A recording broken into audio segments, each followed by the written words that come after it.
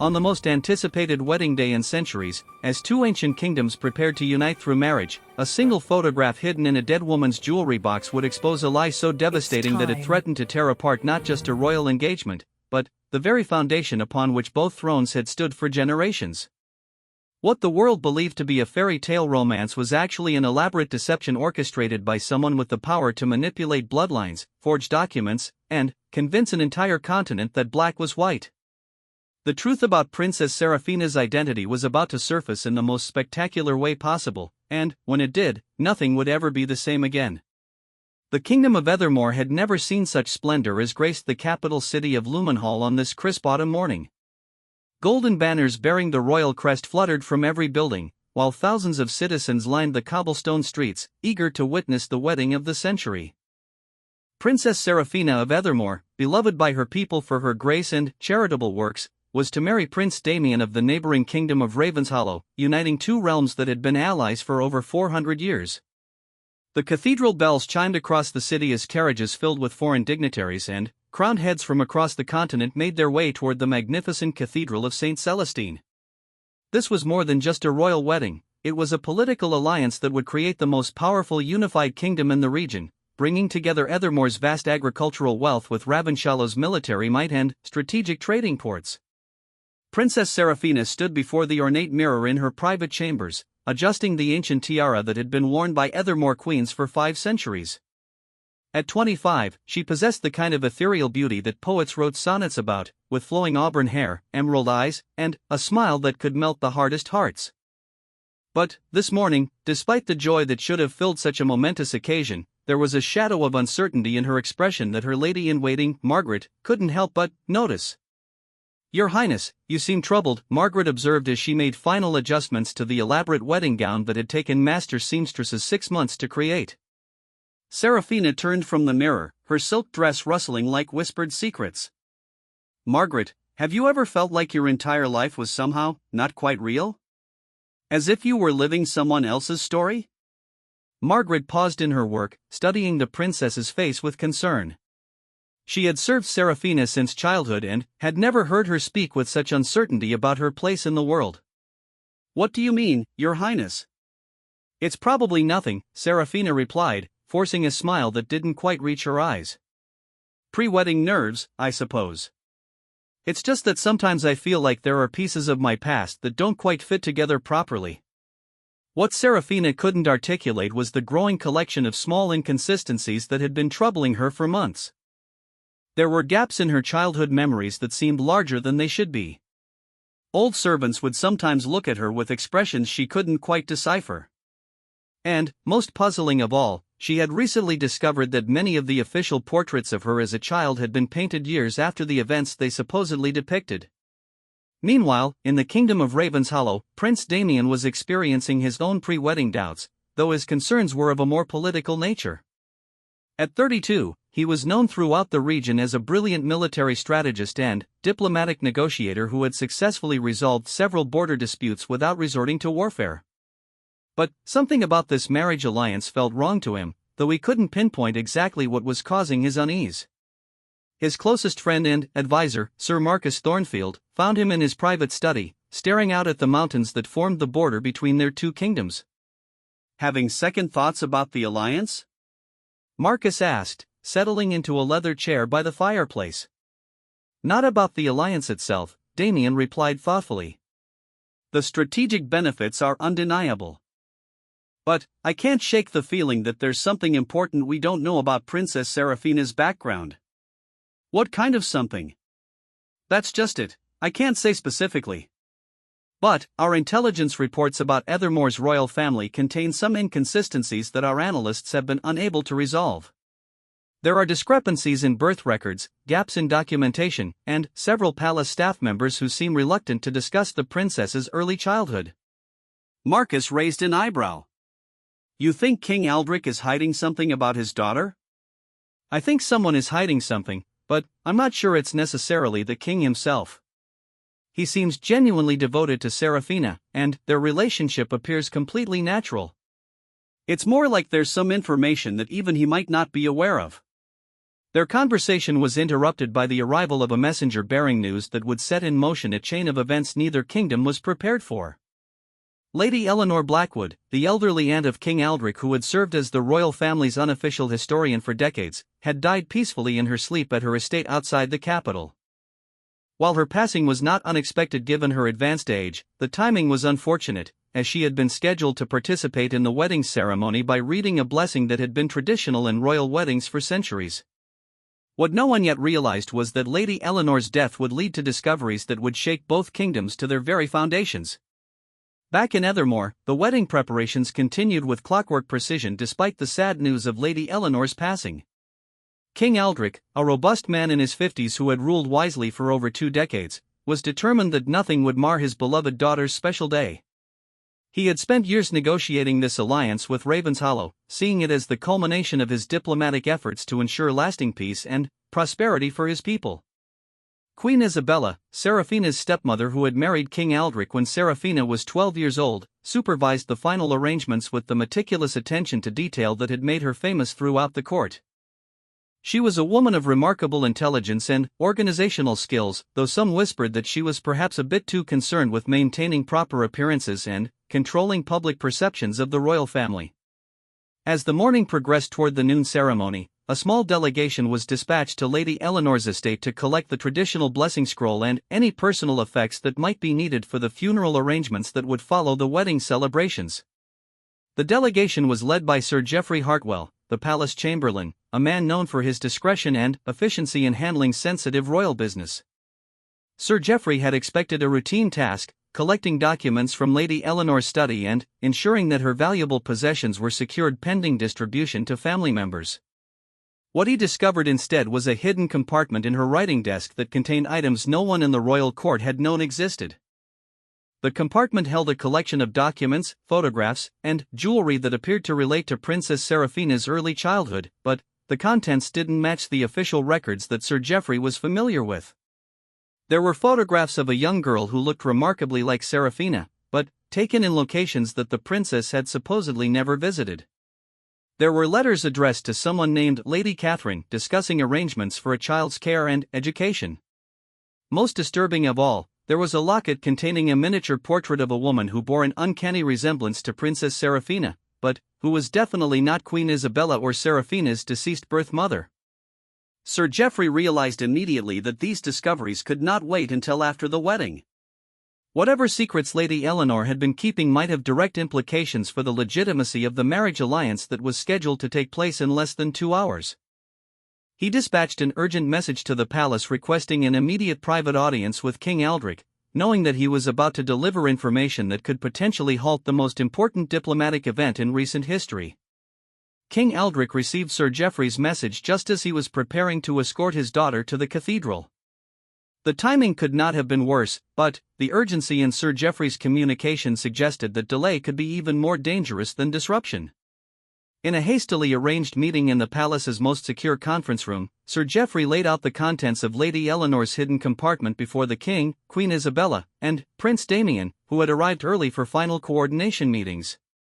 The silence that followed was deafening as the 4 people studied documents and photographs that seemed to suggest Princess Seraphina might not be who they all believed her to be. "This is impossible," King Aldrich said finally, his voice barely above a whisper. "Seraphina is my daughter. I was present at her birth. I held her in my arms when she was minutes old."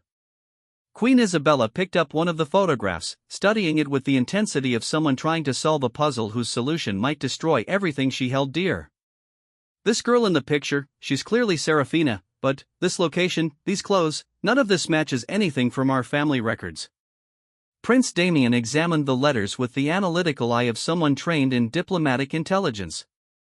These correspondence dates suggest ongoing communication about a child's placement and care extending over several years. If these are authentic, they indicate a level of planning and coordination that goes far beyond simple record-keeping. Sir Geoffrey cleared his throat nervously. "Your Majesty, there's something else."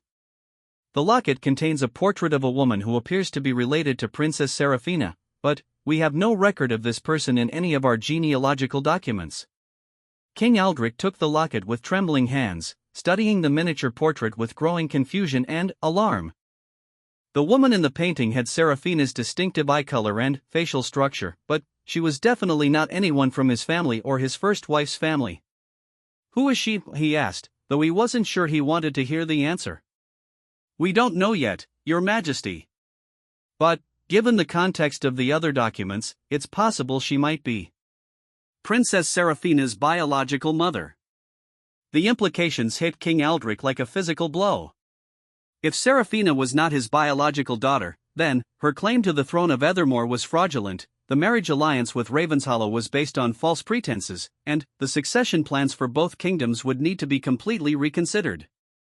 But, even more personally devastating was the possibility that the daughter he loved more than life itself might have been living a lie for her entire existence, perhaps without even knowing it herself. "We need more information before we make any decisions," Queen Isabella said, her voice steady despite the magnitude of what they were discussing. "These documents could be forgeries, or they could relate to someone else entirely." Prince Damien nodded in agreement. "But, we also can't proceed with the wedding ceremony until we understand what we're dealing with. If these revelations become public after the marriage, it could destroy the legitimacy of both our kingdoms." King Aldrich looked around the room at the three people who now shared knowledge that could change the course of history. Outside, thousands of people were gathering to witness what they believed would be a celebration of unity and love. Inside this room, the very foundations of that celebration were crumbling. "How do we tell Serafina?" he asked, his voice breaking slightly. "How do I tell the daughter I've raised and loved for 25 years that everything she believes about herself might be a lie?" It was a question that none of them could answer, but they all knew that the truth, whatever it was, could no longer remain hidden. The wedding bells that should have been ringing in celebration might instead be tolling the end of everything they thought they knew about themselves and their world. The discovery in Lady Eleanor's estate had opened a door that could never be closed again, and what lay beyond that door would test the strength of family bonds, political alliances, and personal identity in ways that none of them were prepared for.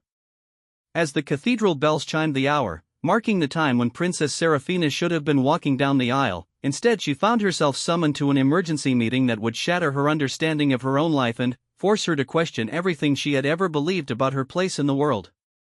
The fairy tale wedding was about to become a nightmare of revealed secrets and uncertain futures, and there was no going back to the innocence of the morning when anything had seemed possible and love had felt like enough to conquer any obstacle.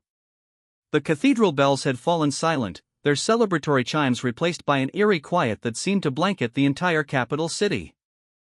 Thousands of wedding guests sat in confused whispers as court officials announced a brief delay due to unexpected circumstances requiring immediate attention. What should have been the most joyous day in Ethermore's recent history had become a nightmare of uncertainty and hidden truths.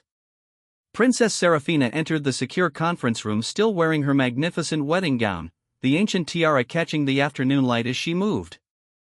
Her emerald eyes, which had sparkled with joy just hours earlier, now reflected the confusion and growing fear that gripped her heart. She looked around the room at the solemn faces of her father, stepmother, and intended husband, immediately sensing that something catastrophic had occurred. "Father, what's happened? Why have the guests been asked to wait? Is there some kind of security threat?" King Aldrich struggled to find words that could possibly prepare his daughter for what she was about to learn. He had faced enemy armies, navigated complex political crises, and dealt with natural disasters that threatened his kingdom, but nothing had prepared him for the task of potentially destroying his beloved daughter's understanding of her own identity. "Serafina, please sit down. We've discovered some information that we need to discuss with you before the ceremony can proceed." The formality in her father's voice sent a chill down Serafina's spine. She had never heard him speak to her with such careful, measured tones, as if he were addressing a foreign diplomat rather than his own daughter. Prince Damien watched Serafina's face as Sir Geoffrey carefully explained the discovery at Lady Eleanor's estate. He saw confusion give way to disbelief, then, to a kind of hollow shock as the implications began to sink in. The woman he had planned to marry in less than an hour was learning that her entire life might have been built on a foundation of lies and deception. "That's impossible," Serafina said finally, her voice barely above a whisper. "These documents, they can't be real.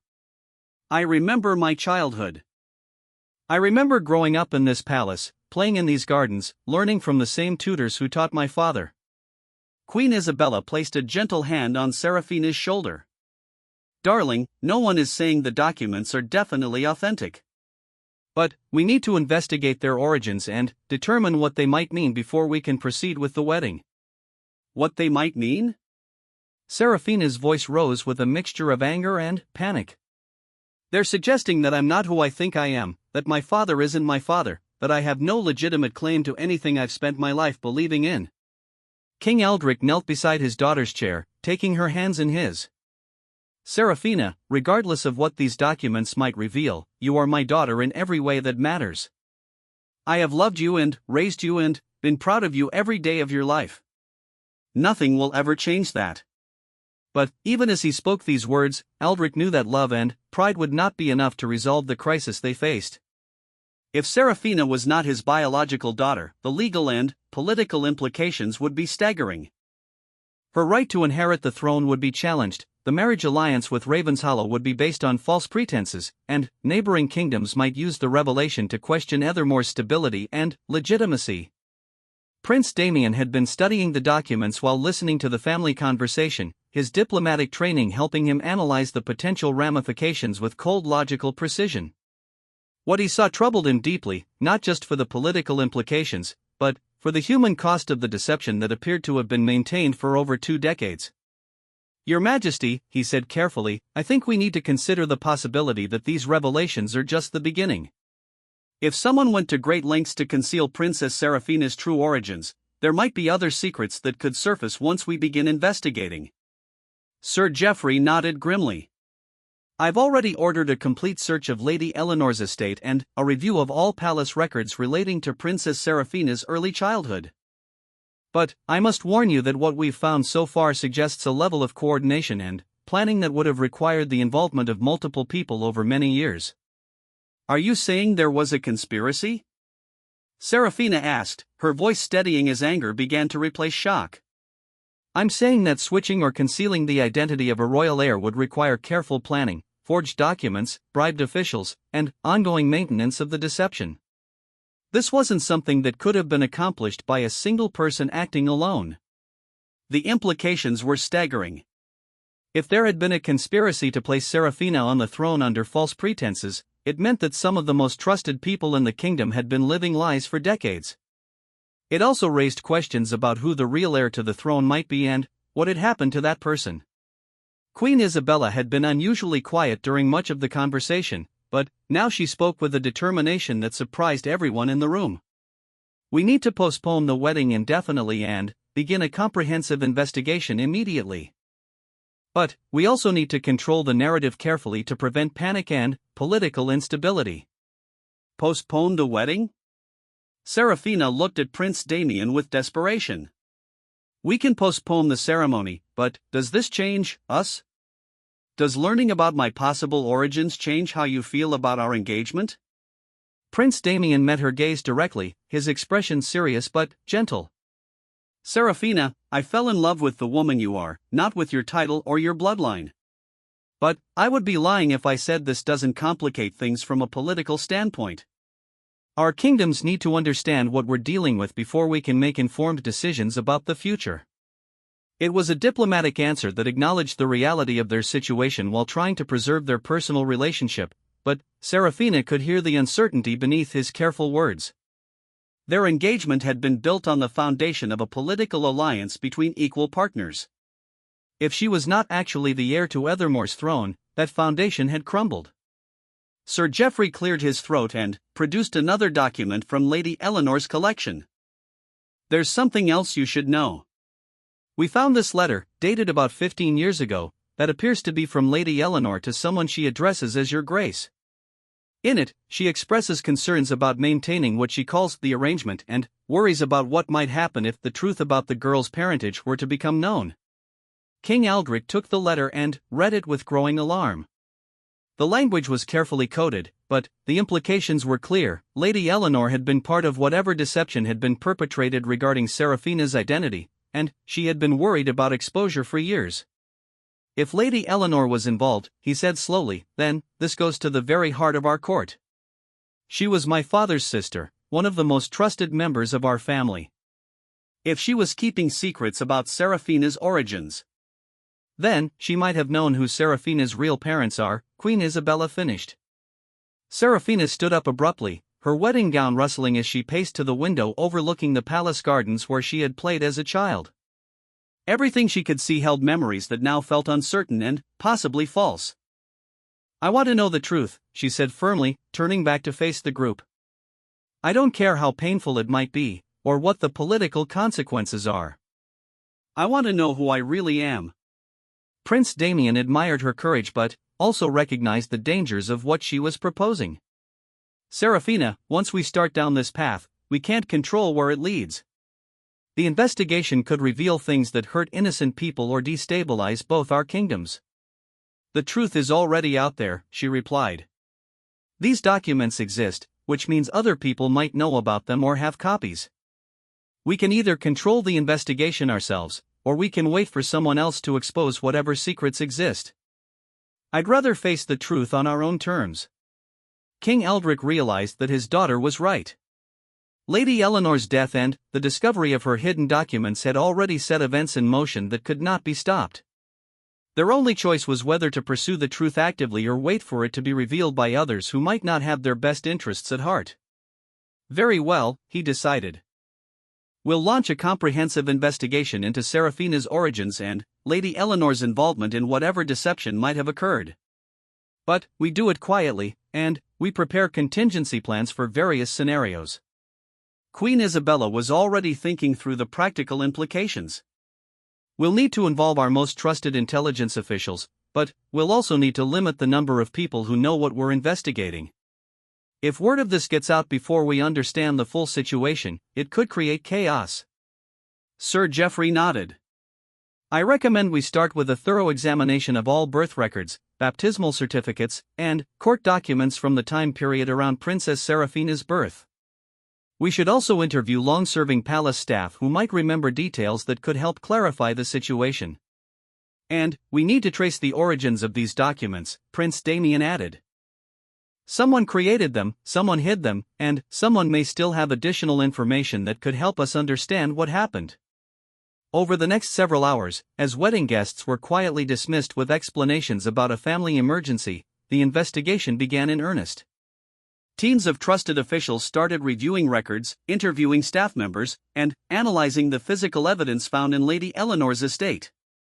What they discovered was even more troubling than they had initially feared. The official records of Serafina's birth contained subtle inconsistencies that became more apparent once they were examined with suspicion rather than accepted at face value. Several palace staff members who had been present during Serafina's early childhood gave statements that contradicted each other in small but significant ways. Most disturbing of all, they found evidence that extensive renovations had been done to the royal nursery just before Serafina's supposed birth, including changes that would have made it easier to move someone in and out of the palace without detection. As evening fell on what should have been Serafina's wedding day, she found herself in her private chambers, still wearing her wedding dress but feeling like a stranger in her own home. Margaret, her loyal lady-in-waiting, sat with her in sympathetic silence, understanding that no words could comfort someone whose entire identity had been called into question. "Margaret," Serafina said finally, "you've known me since I was a child. Does anything about my early years seem strange to you now that you think about it?" Margaret hesitated, clearly struggling with whether to share observations that might be painful. "Your Highness, there was something that always puzzled me, though I never thought it was important at the time." "What was it?" "Your accent, Your Highness. For the first few years I knew you, you spoke with a slight regional accent that was different from the way people speak here in the capital. It gradually disappeared as you got older, but I always wondered where you might have picked it up." The observation hit Serafina like a revelation.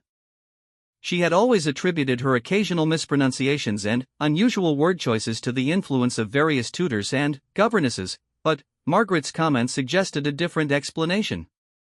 "What region did the accent seem to come from?" "The northern provinces, Your Highness. Near the border with Raven's Hollow." Serafina felt her heart racing as another piece of the puzzle fell into place. If she had lived in the northern provinces during her early childhood, it would explain the accent, but it would also mean that her memories of growing up entirely within the palace were false. Meanwhile, in another part of the palace, King Aldrich was receiving a report that would change everything they thought they knew about the investigation. Sir Geoffrey entered his study with an expression of barely controlled excitement and fear. "Your Majesty, we've found something significant." One of Lady Eleanor's servants remembers her making regular trips to a remote estate in the northern provinces during the years around Princess Seraphina's birth.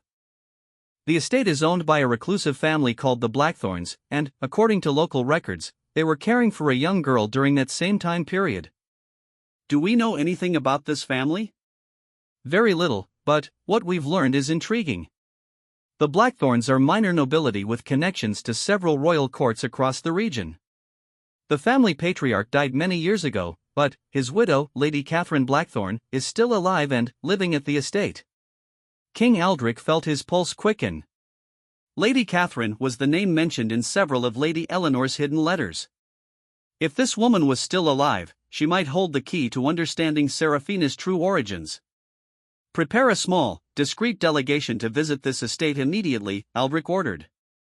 "We need to speak with Lady Catherine before word of our investigation reaches her through other channels." As preparations were made for the journey to the northern provinces, none of them realized that their investigation had already attracted the attention of people who had spent decades ensuring that certain secrets remained buried. The discovery of Lady Eleanor's documents had triggered alarm in places they didn't even know existed, and forces were already moving to either help or hinder their search for the truth. The postponed wedding had become the least of their concerns as they embarked on a quest for answers that would either clear up a misunderstanding or expose a conspiracy that reached to the highest levels of power in both kingdoms. Whatever they found in the northern provinces would determine not just Seraphina's future, but the fate of everyone who had been touched by the lies and secrets that had been carefully maintained for over 2 decades. The journey to the northern provinces began before dawn, with a small caravan of unmarked carriages making their way through the misty countryside.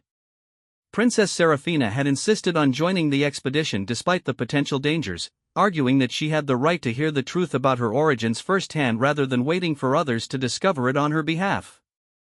King Aldrich had reluctantly agreed, recognizing that his daughter's determination would not be swayed by concerns for her safety or comfort. Prince Damien had also chosen to accompany them, officially as a diplomatic observer but privately because he could not bear the thought of Seraphina facing these revelations without his support. Their relationship had entered uncertain territory since the discovery of the documents, but his feelings for her had not diminished, even as the political implications of their engagement became increasingly complex. The delegation included Sir Geoffrey, a small security detail, and Dr. Helena Morrison, a scholar of genealogy and historical documents who had been quietly brought in to analyze any evidence they might discover. The fewer people who knew about their mission, the better their chances of controlling information and preventing premature speculation. As their carriages wound through the rolling hills and dense forests of the northern territories, Seraphina found herself studying the landscape with new eyes. Margaret's observation about her childhood accent had awakened memories that felt both familiar and foreign. She could almost remember traveling through these same forests, but the memories were fragmentary and uncertain, like half-recalled dreams. "Does any of this look familiar to you?" Prince Damien asked, noticing her intense focus on their surroundings. "I'm not sure," Seraphina replied honestly. "There are moments when I think I recognize something, but I can't tell if they're real memories or just imagination." King Aldrich had been largely silent during the journey, lost in his own troubled thoughts. The possibility that the daughter he loved was not his biological child was painful enough, but what truly tormented him was wondering how such an elaborate deception could have been maintained without his knowledge. Either he had been incredibly naive, or people he trusted completely had been systematically lying to him for decades. Dr. Morrison had spent the travel time reviewing copies of the documents found in Lady Eleanor's estate, cross-referencing them with historical records and genealogical charts that she had brought from the royal archives. Her preliminary analysis had revealed several important clues that would guide their investigation. "Your Majesty," she said as their carriage approached the final valley before the Blackthorn estate, "I've found some interesting connections in the genealogical records." The Blackthorn family has distant ties to several royal houses, including some relationships that could potentially give them legitimate claims to noble titles if certain bloodlines were proven. "What kind of claims?" Seraphina asked. Well, Lady Catherine Blackthorne's grandmother was actually a cousin to the royal family of neighboring Eldermarch. If the Blackthornes were involved in arranging Princess Seraphina's placement, it might have been part of a larger political strategy related to succession disputes or alliance building. Prince Damien frowned as he considered these implications. Are you suggesting that Seraphina's adoption, if that's what happened, was part of some kind of long-term political plot? I'm suggesting that in royal circles, there are very few coincidences. If the Blackthornes took in a royal child and, then, facilitated her placement in the Ethermore court, they likely had reasons that went beyond simple charity. The Blackthorne estate appeared through the trees just as the sun reached its zenith, casting long shadows across a property that looked like something from a fairy tale. The main house was a sprawling manor built of local stone, with ivy-covered walls and tall windows that gleamed in the afternoon light. Despite its beauty, there was something melancholy about the place, as if it held too many secrets to be truly welcoming. Lady Catherine Blackthorne met them at the front entrance, having apparently been expecting their arrival despite the fact that no advance notice had been sent.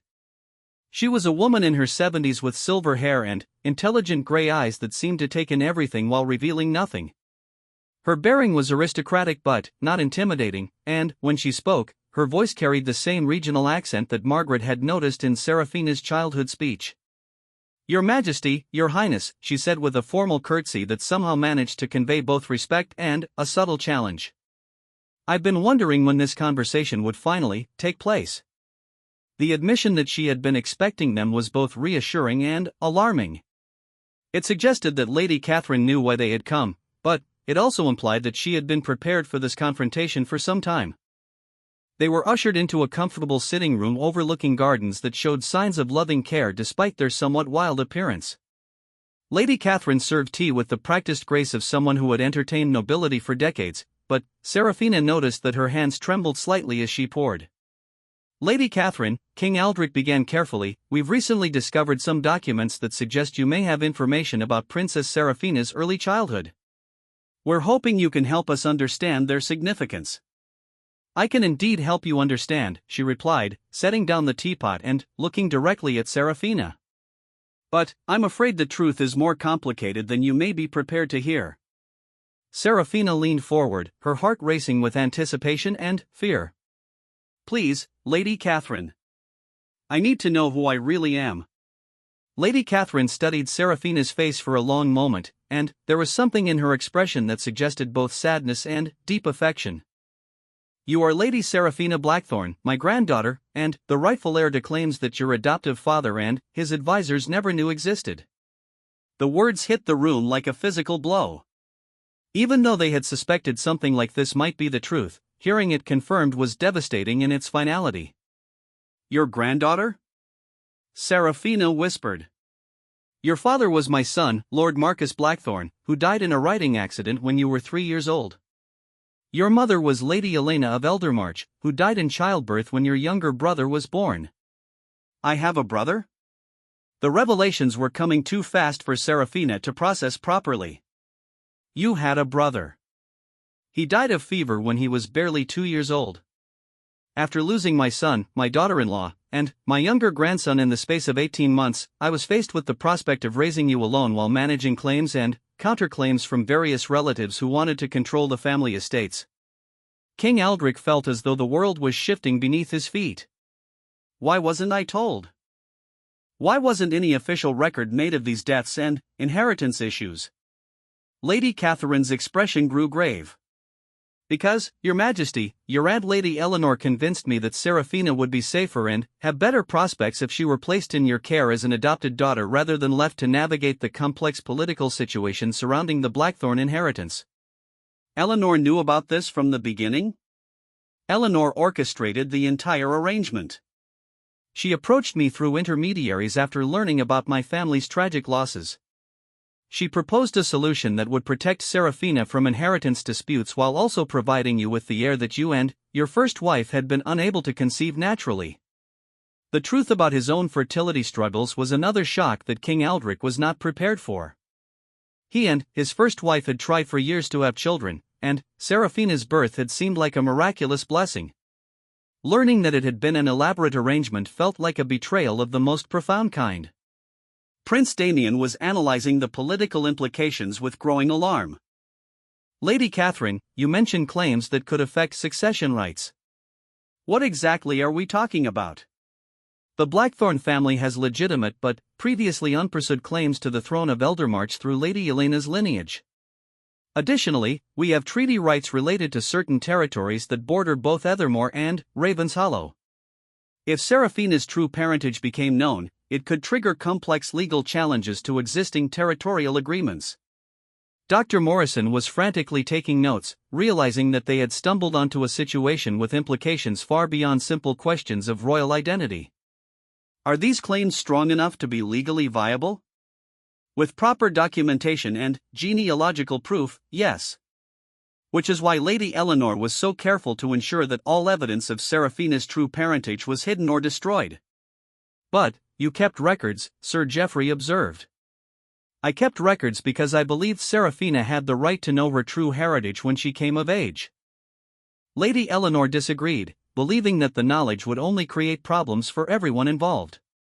Seraphina had been listening to this conversation with growing disbelief and anger. So you all decided my fate without consulting me? You determined that I was better off living a lie? Lady Catherine reached across the space between them and took Seraphina's hands in her own. My dear child, you were 3 years old when these decisions were made. We did what we believed was best for your safety and happiness. But what about my right to choose? What about my right to know who I really was? We planned to tell you eventually, but, as the years passed and you seemed so happy and well-adjusted in your adoptive family, it became harder to justify disrupting your life with complicated truths. King Aldrich was struggling to process the magnitude of what he was learning. Lady Catherine, are you saying that my entire reign as king has been based on a deception? That Seraphina has no legitimate claim to the Ethermore throne? I'm saying that the situation is more complex than simple questions of legitimacy.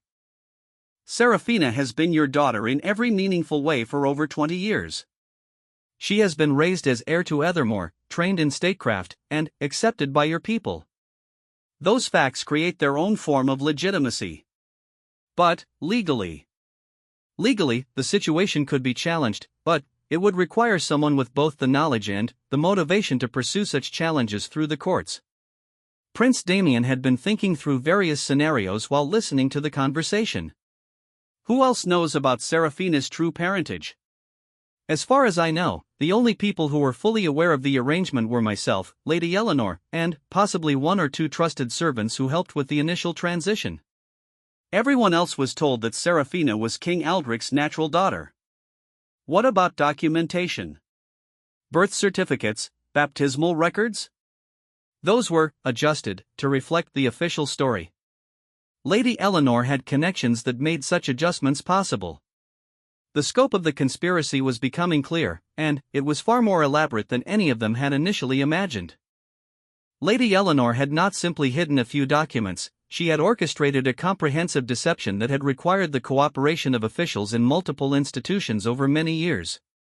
Sir Geoffrey was reviewing his notes from their earlier investigations. Lady Catherine, we found evidence that Lady Eleanor made regular payments to various people over the years. Were those related to maintaining this secret? I believe so, though she never shared specifics with me. Eleanor was very careful to keep different aspects of the arrangement compartmentalized so that no single person knew everything.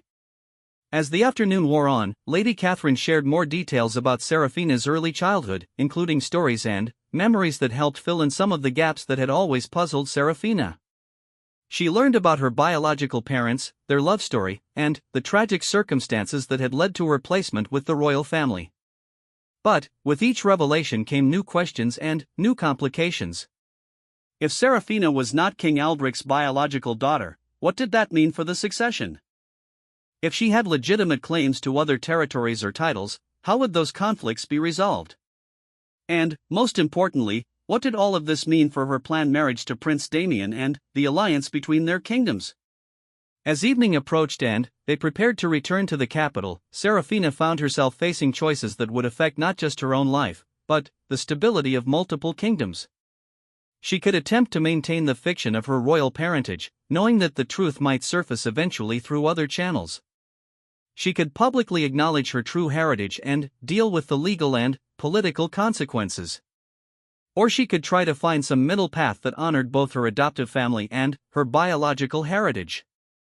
But, first, they had to deal with the immediate crisis of the postponed wedding and the thousands of people who were waiting for explanations that would be almost impossible to provide without revealing secrets that could destabilize the entire region. The journey back to the capital would give them time to plan their next moves, but Serafina knew that whatever they decided would change everything forever. The fairy tale life she had known was over, and the real world of political consequences and family loyalty was about to test everyone's commitment to truth, love, and duty in ways that none of them could have anticipated. The return journey to the capital was interrupted by urgent news that changed everything they thought they understood about their situation. As their carriages descended from the northern hills, a royal messenger intercepted them with information that sent shockwaves through the entire delegation. "Your Majesty," the messenger gasped, having ridden hard through the night to reach them, "there's been a development at the palace. Foreign ambassadors from 3 different kingdoms have requested emergency meetings, and there are reports of unusual military movements along our eastern borders." King Aldrich felt his blood turn cold. "What kind of military movements?" "Troops from Eldermarch have been mobilizing near the border crossing, claiming they're conducting routine training exercises. But intelligence reports suggest they may be positioning for something more significant." Prince Damien immediately understood the implications. "Someone has leaked information about our investigation. If Eldermarch knows about Serafina's potential claims to their succession, they may be preparing to either support or oppose those claims militarily." Dr. Morrison, who had been documenting their discoveries at Lady Catherine's estate, looked up from her notes with alarm. "If multiple kingdoms are responding to this situation, it suggests that the information has spread much further than we realized." Serafina felt the weight of unintended consequences crushing down on her. What had started as a personal quest to understand her identity was threatening to trigger international conflicts that could cost thousands of lives. "We need to return to the capital immediately and assess the full scope of what we're dealing with," King Aldrich decided. "Lady Catherine, I'm afraid I must ask you to accompany us. Your knowledge may be crucial for resolving this situation peacefully." Lady Catherine nodded gravely, having anticipated this possibility. "I'll come with you, Your Majesty, but I should warn you that there are aspects of this situation that even I don't fully understand. Lady Eleanor's network extended far beyond what she shared with me." The journey back to Lumenhall took on an urgency that had been absent during their earlier travels. As they raced through the countryside, additional messengers brought increasingly disturbing news. Diplomatic protests had been filed by several neighboring kingdoms, claiming that Ethermore had been concealing information relevant to regional succession disputes. Trade agreements were being questioned, and there were reports of unusual diplomatic activity in capitals across the continent. Sir Geoffrey was coordinating responses to these developments through a steady stream of communications with the palace, but it was clear that the situation was escalating faster than they could manage from a distance. "Your Majesty," he reported during one of their brief stops to change horses, "Prime Minister Holbrook requests your immediate return. She's received formal inquiries from the courts of at least 6 different kingdoms, all related to questions about Princess Serafina's parentage and potential claims to various titles and territories." "How could information have spread so quickly?" Serafina asked. "We only learned the truth ourselves yesterday." "That's what troubles me," Prince Damien replied grimly. "This level of coordinated response suggests that some parties had advance knowledge of what we would discover." Lady Catherine had been unusually quiet during much of the return journey, but now she spoke with obvious reluctance. "There's something I haven't told you about Lady Eleanor's arrangements. She didn't work alone, and some of her collaborators may not have shared her commitment to keeping these secrets buried." King Aldrich turned to face Lady Catherine with growing dread. "What are you saying?" "I'm saying that Lady Eleanor was part of a network that included people from several different kingdoms. The arrangement for Serafina's placement was only one of many similar operations they conducted over the years." The implications were staggering. If there was an international network involved in manipulating royal successions and bloodlines, the discovery of Serafina's true identity might have exposed operations that other kingdoms desperately wanted to keep hidden. Lady Catherine, Dr. Morrison said carefully, "Are you suggesting that there are other children who were placed in royal families under similar circumstances?" I'm suggesting that the practice of strategic adoption and identity manipulation has been more common than most people realize. Royal families have always been concerned with succession issues, and sometimes unconventional solutions have been necessary. Prince Damien was analyzing the situation with the calculating mind of someone trained in international diplomacy. If multiple kingdoms have been involved in these practices, they would all be vulnerable to exposure if one case became public. The response we're seeing might be an attempt to contain the damage before it spreads. As they approached the outskirts of the capital, the evidence of crisis became unmistakable. Military checkpoints had been established at key roads, additional guards were visible at government buildings, and there was an atmosphere of tension that had not existed when they left just 2 days earlier. The palace itself was a hive of activity, with foreign diplomats arriving hourly and emergency meetings being conducted around the clock. Queen Isabella met them at the private entrance, her usually composed demeanor showing signs of the stress she had been under during their absence. "Thank goodness you're back," she said, embracing both King Aldrich and Serafina.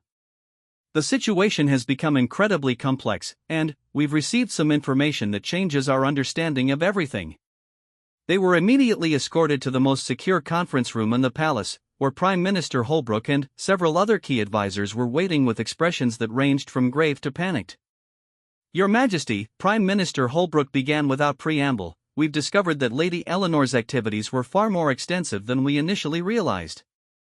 She was apparently involved in similar arrangements in at least 4 other kingdoms, and her death has triggered responses from people who were involved in those operations."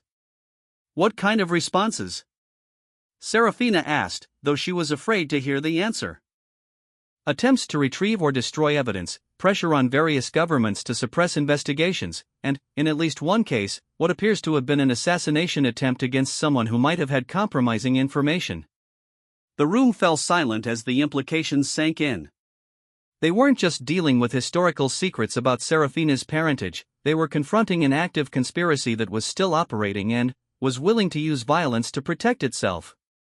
Sir Geoffrey presented a collection of documents that had been discovered during a more thorough search of Lady Eleanor's estate. "We found these hidden in a second location that we initially missed.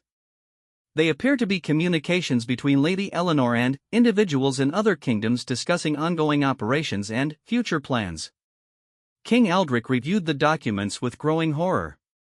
The correspondence revealed a network of nobles, officials, and intermediaries who had been systematically manipulating royal successions for decades. Children had been moved between kingdoms, identities had been altered, and bloodlines had been deliberately obscured to serve various political purposes. "My God," he whispered. "How many royal families have been affected by this?" "Based on what we've found so far, possibly dozens over the past 50 years, Dr. Morrison replied. And some of the participants are still in positions of significant power." Prince Damien had been studying a map that showed the locations mentioned in the correspondence. "This network extends across the entire continent. If these operations became public knowledge, it could delegitimize multiple monarchies simultaneously." "Which explains why we're seeing such coordinated pressure to contain this situation," Prime Minister Holbrooke observed. "But it also means we're facing opponents with vast resources and very strong motivations to silence us." Lady Catherine spoke up with obvious reluctance. "There's something else you need to know.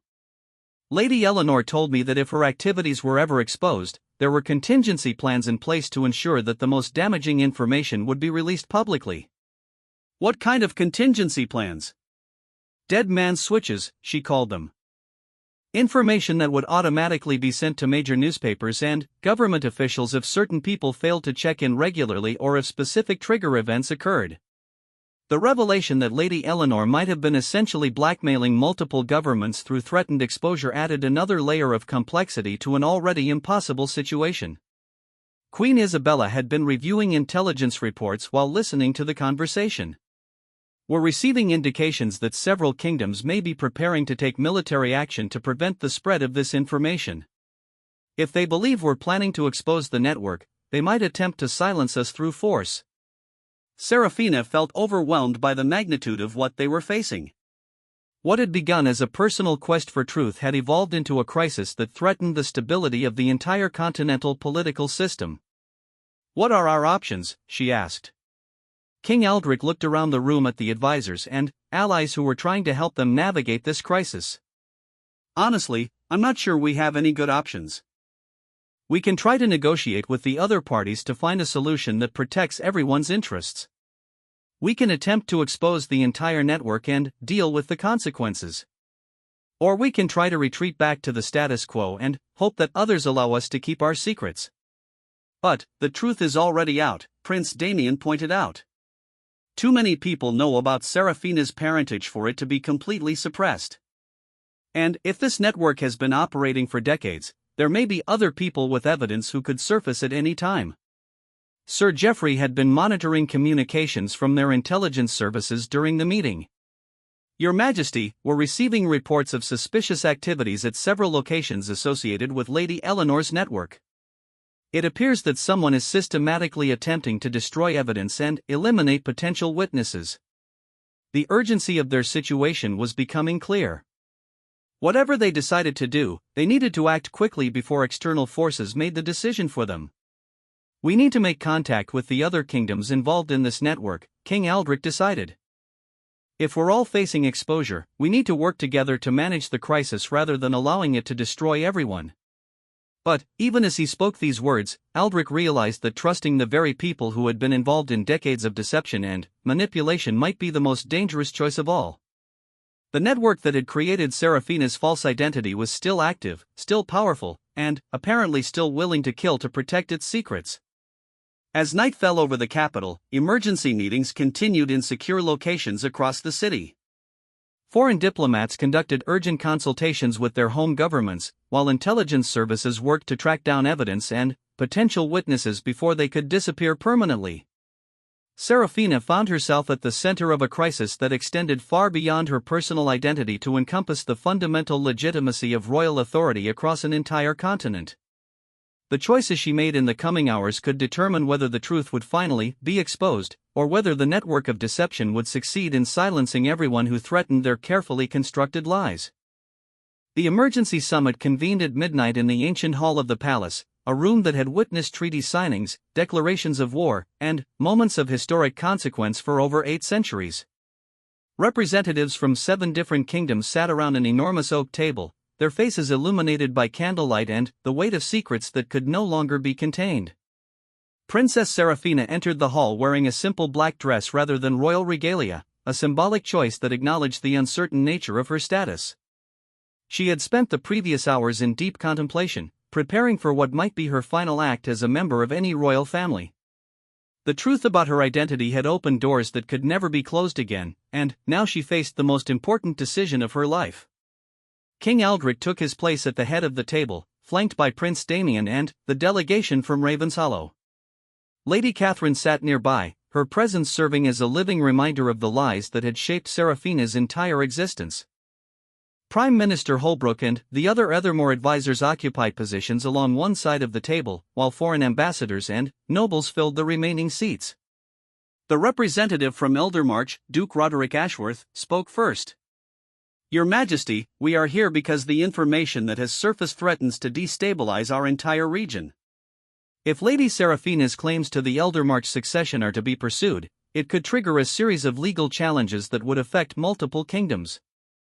"And if they are not pursued," replied Ambassador Helena Montrose from the Kingdom of Astoria, "we face the problem of a documented conspiracy that has manipulated royal bloodlines across our continent for decades. Either choice creates unacceptable risks." Prince Damien had spent the day consulting with his own advisors and had reached conclusions that surprised even himself. "Perhaps we're approaching this incorrectly. Instead of trying to suppress or deny what has happened, we should consider using this crisis as an opportunity to reform how our kingdoms operate." "What do you mean?" asked Lord Commander Preston from the Iron Coast territories. "I mean that the age of absolute monarchy based solely on bloodline inheritance may be coming to an end anyway. Popular movements toward more democratic governance are growing stronger across the continent. We can either adapt to these changes on our own terms, or we can wait for them to be imposed upon us." The suggestion sent murmurs of alarm and interest around the table. Prince Damien was proposing nothing less than voluntary transformation of the entire continental political system. Serafina had been listening to the discussion while wrestling with her own thoughts about duty, identity, and responsibility. Finally, she stood up and addressed the assembled representatives directly. "I want to share something with all of you," she began, her voice steady despite the magnitude of what she was about to say.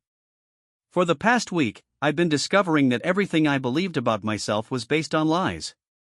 My parentage, my heritage, my right to rule, all of it has been called into question." She walked to the center of the room, where maps and documents related to the various succession claims were displayed on a large table. "But I've realized that the real question isn't whether I'm the biological daughter of King Aldrich or Lady Catherine's granddaughter. The real question is whether any of us have the right to rule simply because of who our parents were." Duke Ashworth frowned. "Your Highness, are you suggesting that hereditary monarchy itself is illegitimate?" "I'm suggesting that legitimacy should be based on consent and competence rather than bloodline. The people of our kingdoms deserve leaders who have earned their positions through demonstrated ability to serve the common good." King Aldrich looked at his adopted daughter with a mixture of pride and sorrow. Serafina was proposing to voluntarily surrender the crown that he had spent 20 years preparing her to inherit. "Serafina," he said gently, "you don't have to sacrifice your birthright because of mistakes that others made." "Father," she replied, using the title that reflected relationship rather than biology, "I'm not sacrificing anything. I'm choosing to transform something. If we handle this crisis correctly, we can create something better than what existed before." Lady Catherine had been silent through most of the discussion, but now she spoke with the wisdom of someone who had witnessed decades of political maneuvering. The network that Lady Eleanor was part of operated successfully for so long because it provided solutions to problems that the existing system couldn't handle. Succession disputes, inheritance conflicts, political marriages that serve strategic purposes, these issues won't disappear just because we expose past conspiracies. "Then, we need to create new systems for handling them," Prince Damien said. "Systems based on transparency and democratic participation rather than secret manipulation." Ambassador Montrose was studying the legal documents that Dr. Morrison had prepared during their investigation. "The evidence of the network's activities is extensive enough that exposure is probably inevitable. We can either control that exposure ourselves, or we can wait for it to be used against us by hostile forces." "What are you proposing?" Lord Commander Preston asked. "Full disclosure.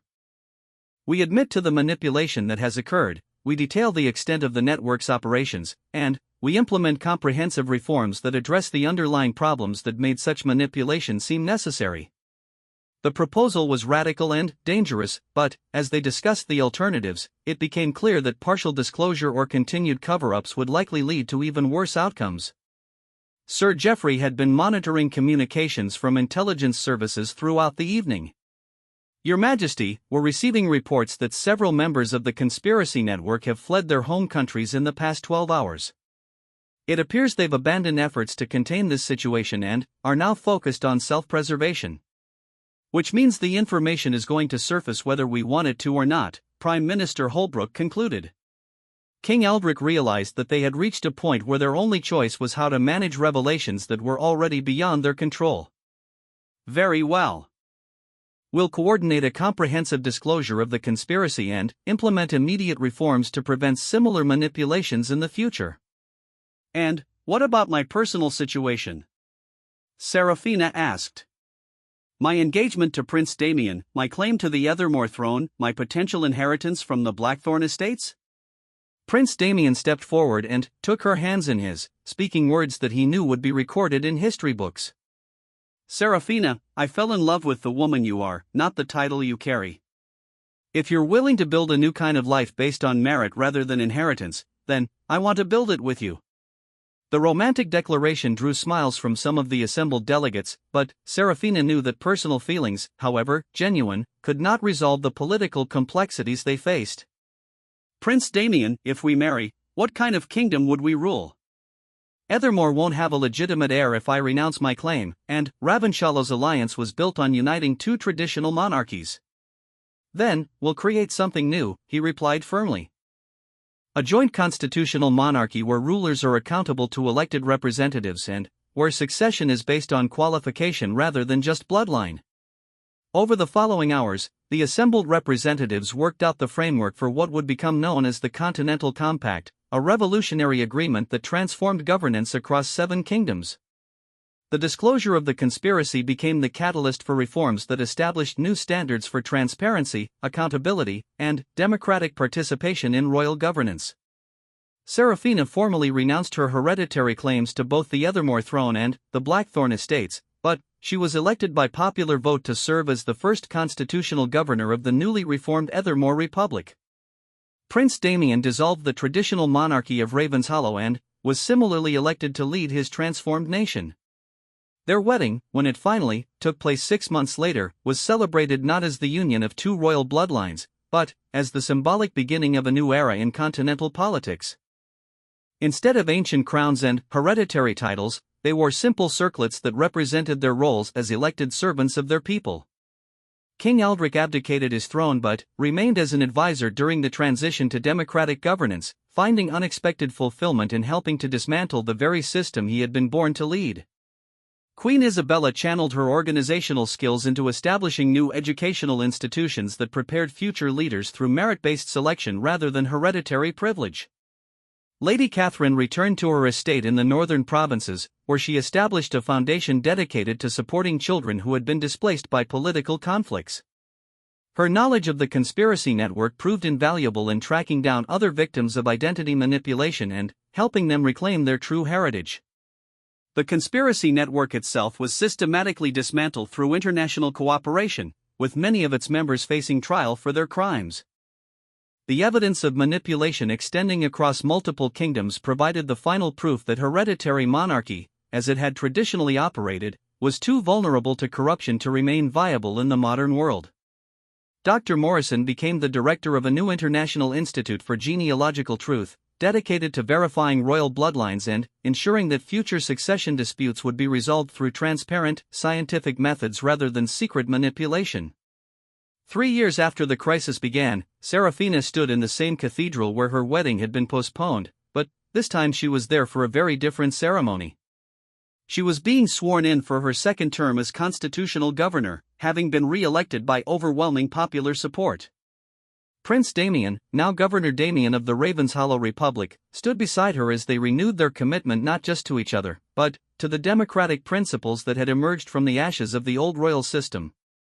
As they walked out of the cathedral together, hand in hand, Serafina reflected on the journey that had brought her to this moment.